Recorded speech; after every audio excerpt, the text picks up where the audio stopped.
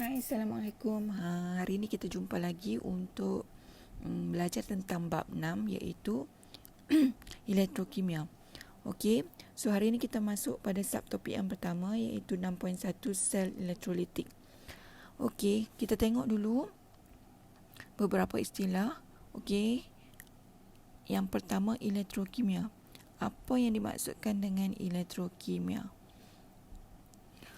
Okey, elektrokimia maksudnya kajian dalam bidang kimia yang nak kaji hubung kait antara fenomena elektrik dengan kimia.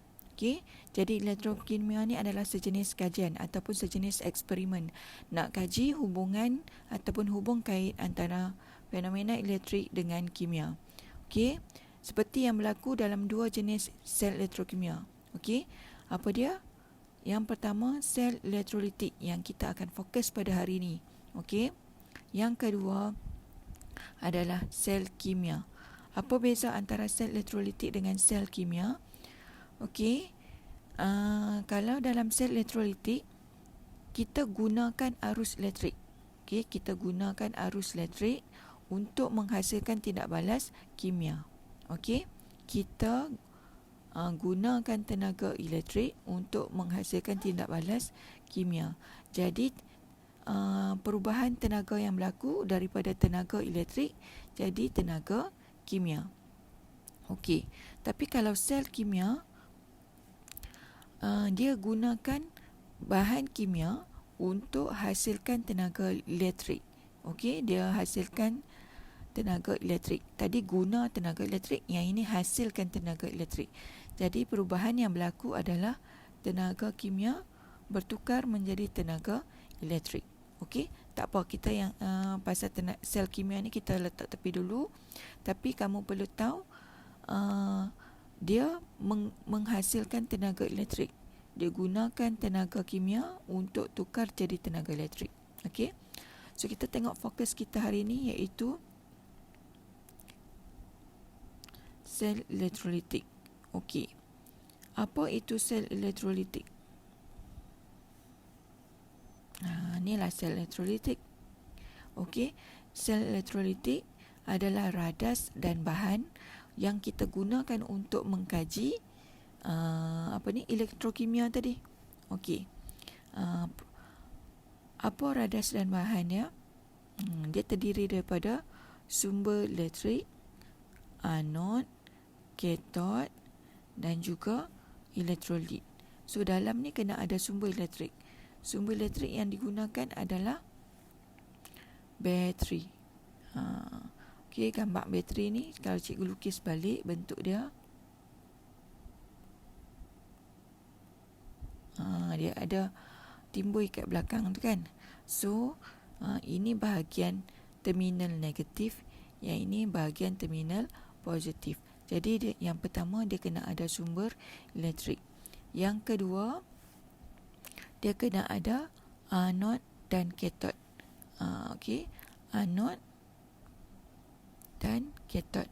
Anod ni adalah elektrod karbon yang disambungkan pada terminal positif bateri. Okey.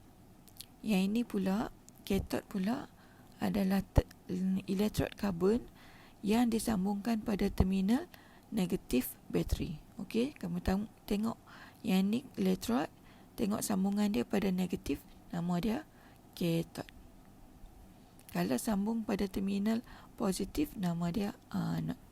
Okey, selesai tentang anod dan katod. Kita tengok pula apa itu elektrolit. Bahan yang kena ada elektrolit. Okey, elektrolit. Elektrolit adalah sebatian yang berbentuk leburan cecair. Okey. Dia mengandungi ion bercas positif, nama dia kation, dan ion bercas negatif, nama dia anion. Kalau kamu tengok kat sini, kalau anod terminal positif, tapi kalau ion, anion negatif. Kation, katod negatif, tapi kation, ion yang bercas positif. Okey. So kena ada benda, barulah lengkap alat radas ni, litar ni, barulah dia terhasil sel elektrolitik. Apa benda? Cikgu ulang sekali lagi. Kena ada sumber elektrik. So kat sini kita pakai bateri. Kena ada anod, kena ada katot iaitu elektrod karbon. Anod yang sambung pada positif, katot yang bersambung pada negatif, dan kena ada elektrolit. Okey. Sebatian dalam bentuk cecair ni. Okey, kena ada ni. Cukup lengkap ni. Okey, barulah dinamakan sel elektrolitik. Lepas tu bila ada elektrik mengalir, barulah berlaku tindak balas kimia. Apa itu tindak balas kimia yang berlaku? Apa nama tindak balas kimia yang berlaku tu? Nama dia elektrolisis. Elektrolisis ialah proses penguraian sesuatu sebatian dalam bentuk leburan, okey, elektrolit tadilah kepada unsur juzuknya. Okey, sebatian ni terdiri daripada dua atau lebih bahan. Okey, kita ada 2-3 lebih bahan, dia ada sebatian. Okey, so elektrolisis ni dia nak uraikan, dia nak pisahkan balik sebatian ni kepada bahan-bahan dia yang terasing, unsur-unsur dia yang terasing, dengan syarat arus elektrik mengalir melalui dia. Kalau tak ada arus elektrik, elektrolisis tak boleh berlaku.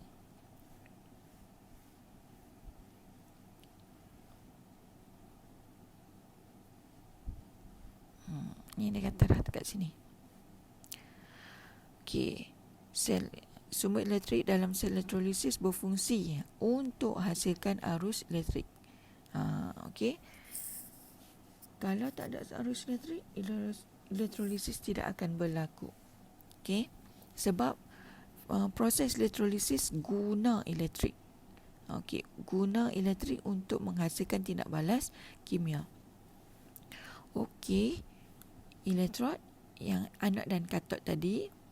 Okey, elektrolit, bahan yang dapat mengalirkan arus elektrik, tapi bahan itu dalam bentuk leburan ataupun aqueous. Okey, ini adalah contoh-contoh elektrolit. Plumbum 2 bromida, natrium klorida, natrium hidroksida, kuprum sulfat. Macam mana nak kenal elektrolit? Senang saja. Okey, kalau kamu tengok nama dia ni, depan dia ada nama logam. Belakang dia sama ada bromida, klorida, hidroksida, sulfat, satu lagi nitrat.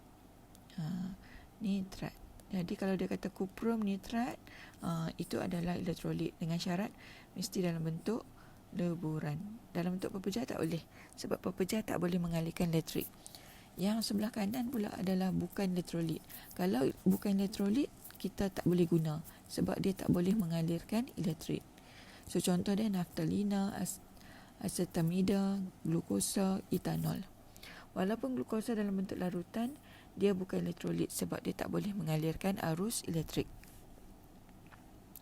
Okey, so kita ambil satu contoh elektrolit, natrium klorida. So natrium klorida ni adalah sebatian. So kita jalankan elektrolisis untuk pisahkan sebatian natrium klorida ni jadi unsur dia asing-asing. Nak jadi natrium, nak jadi klorida. Dia nak bagi berpisah, nak bagi terurai. Okey, jom kita tengok proses elektrolisis. Apa yang berlaku semasa proses elektrolisis? Ion yang bercas positif, tadi cikgu abang ion yang bercas positif nama dia kation, dia akan bergerak ke katot.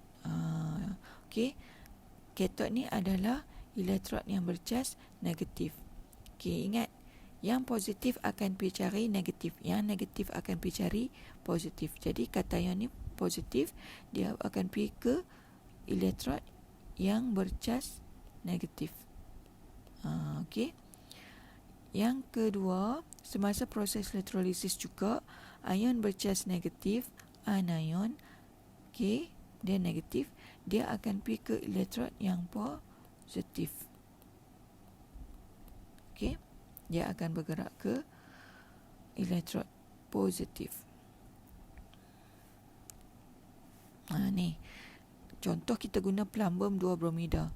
Plumbum 2 bromida ni, plumbum bercas positif, dia akan pergi ke elektrod negatif ataupun cation. Okey. Cathode.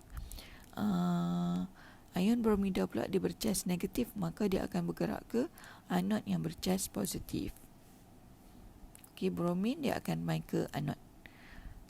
Plumbum dia akan mai ke cathode. Ingat, elektrolit tidak dapat mengalirkan elektrik dalam keadaan pepejal sebab bila pepejal dia tak ada ion yang bebas bergerak. So, bila dia tak bebas bergerak, dia tak boleh mengalirkan elektrik. Okey, itu sahaja dulu penerangan cikgu. Cikgu akan terangkan apakah faktor yang akan mempengaruhi proses elektrolisis dalam video yang seterusnya.